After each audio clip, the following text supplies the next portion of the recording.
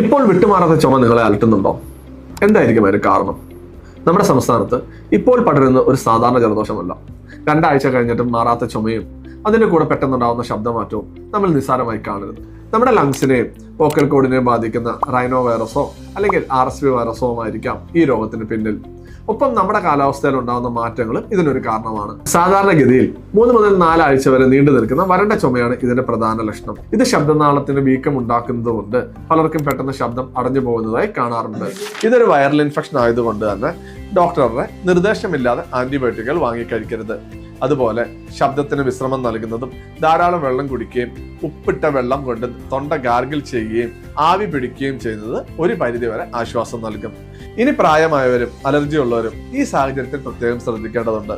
ശ്വസിക്കാൻ ബുദ്ധിമുട്ടോ മാറാത്ത പനിയോ അനുഭവപ്പെടുകയാണെങ്കിൽ ഒട്ടും വൈകാതെ ഒരു ഡോക്ടറെ കാണേണ്ടതാണ്.